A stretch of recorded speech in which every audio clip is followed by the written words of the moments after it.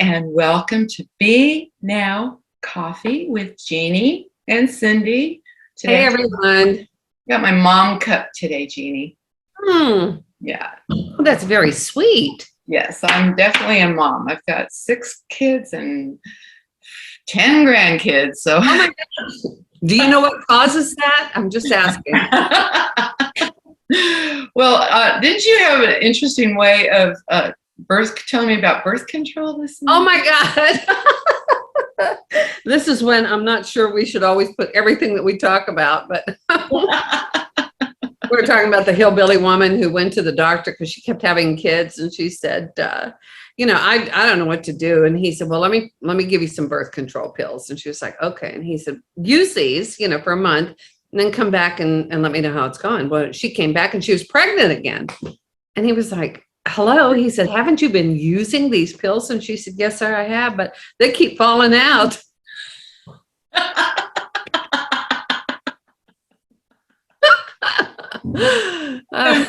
We are easily amused. We are. So you just finished a book about Neiman Marcus. Let's talk about that. So thank you. This is so interesting. I grew up in Dallas. It's Neiman Marcus headquarters in Dallas, and it was always down. And they had several locations, but the one big location actually became the big deal.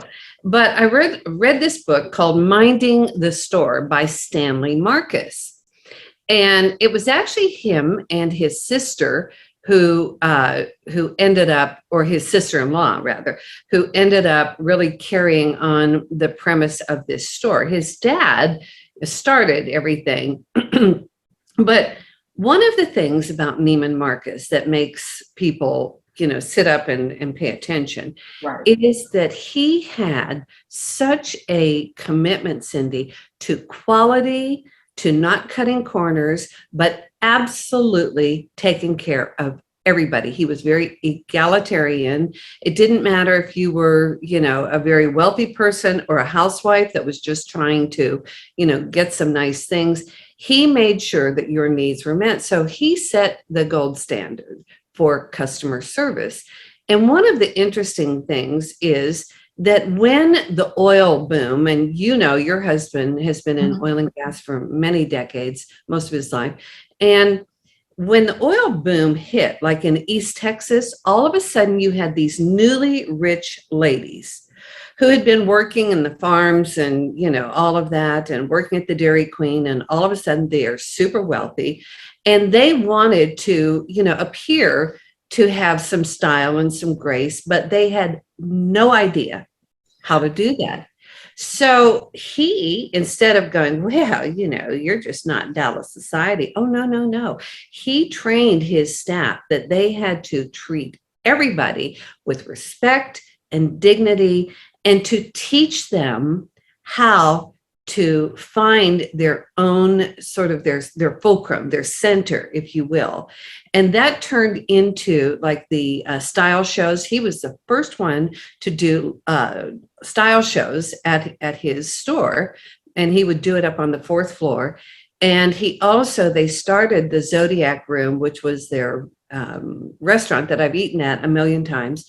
And he hired Helen Corbett, who was the chef, and she kind of came out of retirement to put everything together for him.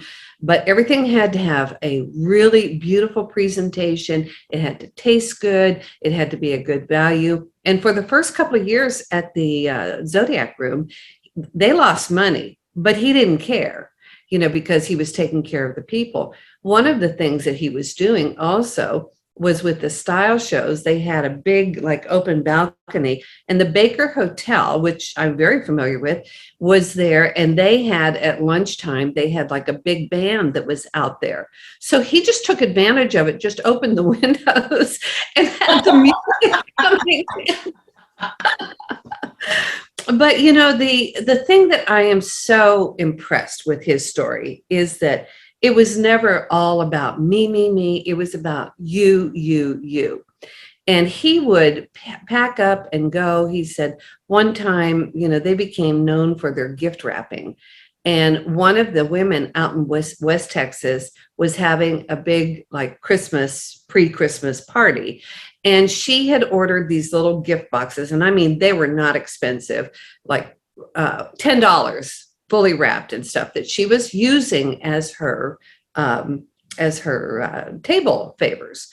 And when she got them, they were delivered. And she called the store and she said, "This is not Neiman Marcus quality. And I'm having a luncheon here, in 4 hours. And I don't know what we're going to do about it." Because and she had bought it wasn't that much, like $120 worth of stuff or whatever. Anyhow, less than 400 for sure. He chartered a plane. He sent 2 of their gift wrappers out there with everything. They came in the back door. They wrapped all of these presents again. And as the guests began to arrive, they left out the back and nobody knew about it. I'll be darned. Now, do you think he had customers for life? Oh, well, absolutely. And for women to be catered to, which is kind of a new thing. It really is. And women have always, until I like to look back to 100 years ago, where women were always not pampered independently. They always had a job. They had to take care of the household, or they had to be, Or if they took care of staff, they were kind of sequestered away. Exactly. So there wasn't respect. And everything you just said reminds me of the book that I wrote about Pearl, Yes. And they did it the opposite way. They catered to the gentleman that way, with you get the highest quality of a beautiful woman with a beautiful gown, that kind of thing. And just treating everybody with respect and appreciation. What a concept.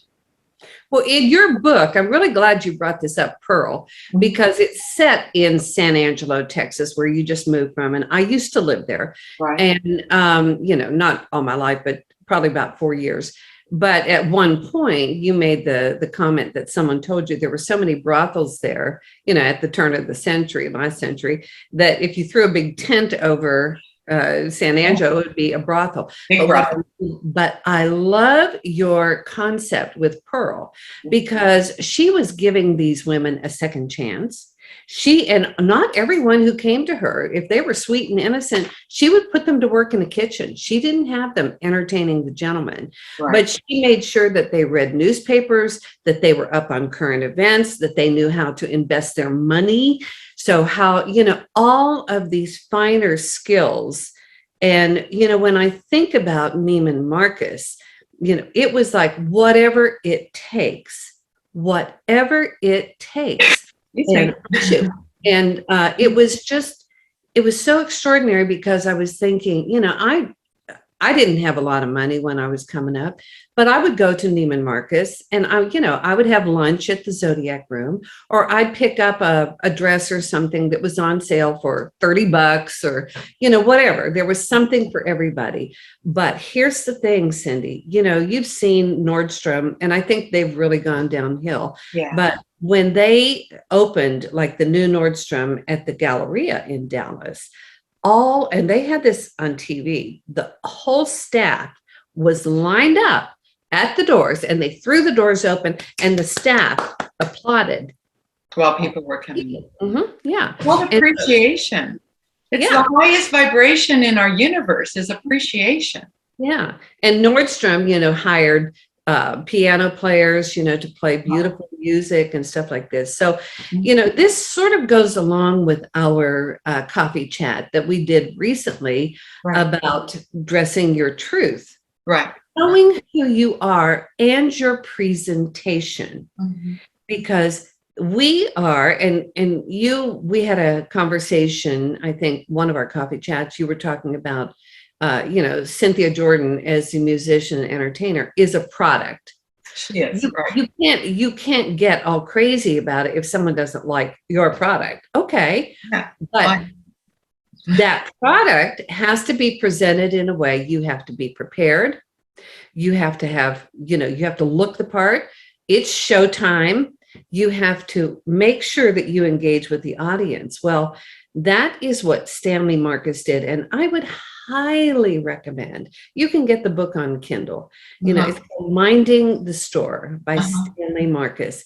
And, he doesn't just talk about his triumphs. He talks about their problems. They had a fire one time that gutted everything. And they were just getting ready to go into this big fortnight, the 2 weeks where they would recreate, a country or, a culture or whatever.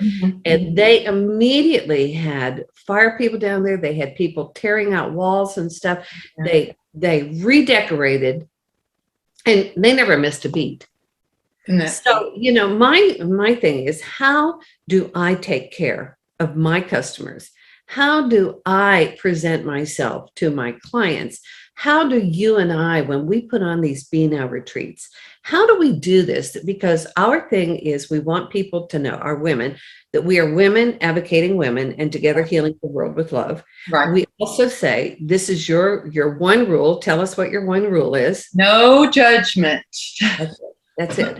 No judgment of self, no judgment of others. And we create a fun, relaxed, but a stimulating weekend for women so that they can not only relax and have fun and laugh and, go outside and do things, but they are able to absorb learning, ideas. I mean, how many people have we had over the years when they leave our retreats?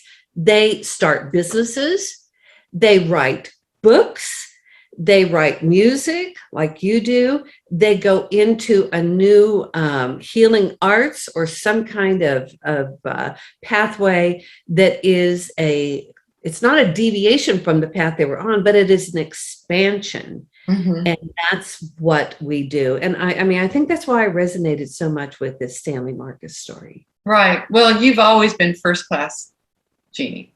Thank you. Ever since I've known you, you're very first class. And unfortunately, I think in our culture today, especially with young people, it's not cool to be classy. Obviously, because you go to the college campuses, and the way the girls dress are not classy. You see them shopping, it's not classy. It's a lot of women dress like they do on street corners, and that's been going for. They don't care at all, and they show up in their pajamas. Yeah. Oh, yeah. That's actually getting more popular. I saw that at the airport. A lot of young people wearing slippers, big bunny slippers. And I get it. They want to be an option. Want to be comfortable. And let's face it, my mother used to have the saying that beauty is pain. Those shoes, those pointed shoes, painful. Those curlers, painful. My mother used to say, beauty must suffer. Yeah. Beauty must suffer. As she yanked, and gave us home perms and all this, yanked the thing to her head. Oh, I know. We were crying, and she'd go, beauty must suffer. So, I must be beautiful. I must be gorgeous because I am suffering. But I think that there are so many takeaways from this idea of Stanley Marcus is take care of everybody. Make sure that you understand everybody. Don't prejudge somebody. And honestly, he would walk the floors. He would go and ask people, men and women alike, what do you need? What do you want? Is this your first time here? What can I help you with? Wow. And, many of them did not even know who he was. That he was the owner. Isn't that something? Yeah. That he was.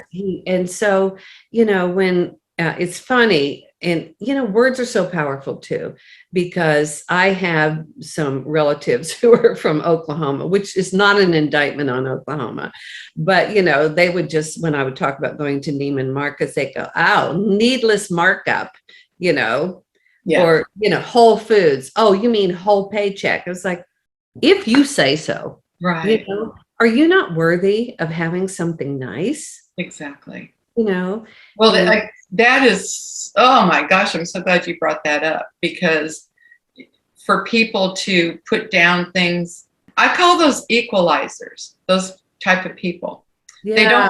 They don't want you to think that you might be better than them or anyone else is better than them. So they take someone who is got something going for them and they put them down. Perfect examples, what's going on with our country right now. You know, people love to see the big rich guy be brought down. Mm-hmm. There are people who do that. People who can't stand it when Trump says, I'm the greatest, I do this, I do that. Muhammad Ali used to say that and it didn't bother anybody. But I love the way he's got that confidence. And if you don't like that, then you need to take a look in the mirror and ask yourself, why does that bother me when somebody says, I'm so good at what I do? Why does that? He does so much good behind the scenes. You know, he pays people's bills off. He helps people out. He writes checks. You know, nobody knows about that. No. But this is going to, and you know, I just kind of want to put a little plug in here for our Bnow retreat, which is next month. Yay! I am going to talk about my 30-day free money game. Free money game. Then you can shop at Neiman Marcus. Absolutely, whatever you want, but only if you give yourself permission to. Exactly. You have to find your worthiness. And that's what Neiman Marcus did. He saw the worthiness in everybody. Yeah. And honestly, if people have this la-di-da, you know, sort of thing or whatever, Right. it's what ends up happening is that they equate anybody with money or opportunity or a sense of style or whatever as bad. Well, guess what? Nobody wants to be bad. So let's just say you win the lottery. Let's just say you win a little bit of money, not the 100 million, you win 1 million and you walk away with 500,000 or whatever. Well, if you have this story running and all the time talking about it, Cindy, about how people are bad, people who have money, can't be trusted. Well, gosh, all of a sudden you've got money and you don't want to be that bad person. So what do? You make terrible decisions, you alienate people, and almost 90% of people who win huge amounts of money, whether it is the lottery or a big medical, you know, a settlement or whatever, within 10 years, they are flat broke. Why? Nobody wants to be bad. So how about let's just change our story and go, oh my God, if your daughter has a house in Italy and it's available to her, it's available to me. I can have a house in Italy if that's what I want. Exactly.